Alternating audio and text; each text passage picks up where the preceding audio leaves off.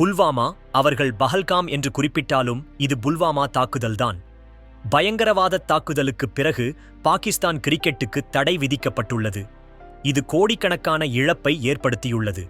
யாருக்கும் எந்த பாதிப்பும் இல்லை. புல்வாமாவில் நடந்த பயங்கரவாத தாக்குதலுக்குப் பிறகு இந்திய அரசு பாகிஸ்தான் மீது கடுமையான முடிவுகளை எடுக்கத் தொடங்கிவிட்டது.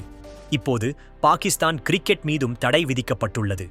இதனால் பாகிஸ்தான் கிரிக்கெட் வாரியம் PCB மிகவும் பாதிப்படைந்துள்ளது. பாகிஸ்தான் கிரிக்கெட் வாரியத்திற்கு கோடிக்கணக்கான ரூபாய் இழப்பு ஏற்பட்டுள்ளது.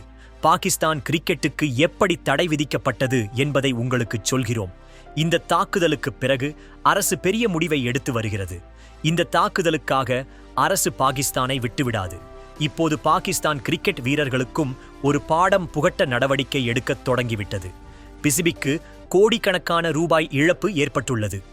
எடுக்கப்பட்ட முடிவால் பாகிஸ்தான் கிரிக்கெட் வாரியத்திற்கு கோடிக்கணக்கான ரூபாய் இழப்பு ஏற்பட்டுள்ளது. ஆனால் என்ன முடிவு என்று சொல்கிறோம்? இந்தியாவில் பாகிஸ்தான் போட்டிகள் காட்டப்படாது. பாகிஸ்தான் T20 லீக்கின் ஒளிபரப்பு நிறுத்தப்பட்டுள்ளது.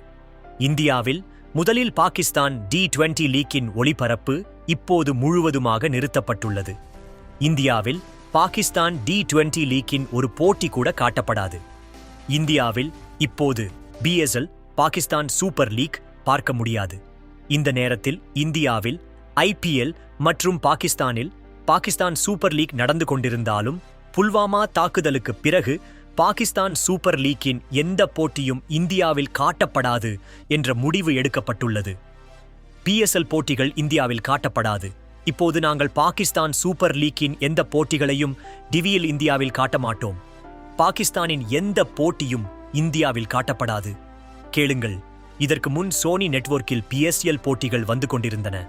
ஆனால் புல்வாமா தாக்குதலுக்கு பிறகு சோனி ஒரு நேரடி முடிவை எடுத்து இனி பாகிஸ்தான் சூப்பர் லீக்கின் எந்த போட்டியையும் இந்தியாவில் டிவியில் காட்ட மாட்டோம் என்று தெளிவாக அறிவித்துள்ளது. ODDயிலும் BSL போட்டிகள் பார்க்க முடியாது. ODDயிலும் பாகிஸ்தான் சூப்பர் லீக்கின் எந்த போட்டிகளும் இனி வராது, காட்டப்படாது.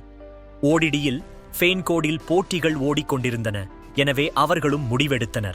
அதாவது இப்போது பாகிஸ்தான் மீது எல்லா பக்கத்திலிருந்தும் சர்ஜிக்கல் ஸ்ட்ரைக் செய்யப்படுகிறது. இந்திய அரசு பல முடிவுகளை எடுத்தது.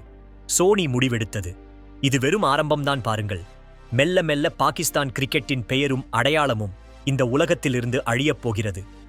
எப்படியும் பாகிஸ்தான் கிரிக்கெட்டின் செயல்பாட்டை பார்த்தால் பாகிஸ்தான் கிரிக்கெட் இப்போது இந்தியாவும் முன்புக்கு வந்து நாம் விட்டால் விடமாட்டோம் என்று பாகிஸ்தானுக்கு காட்டும். பொறுத்து இருந்துதான் பார்க்கணும்.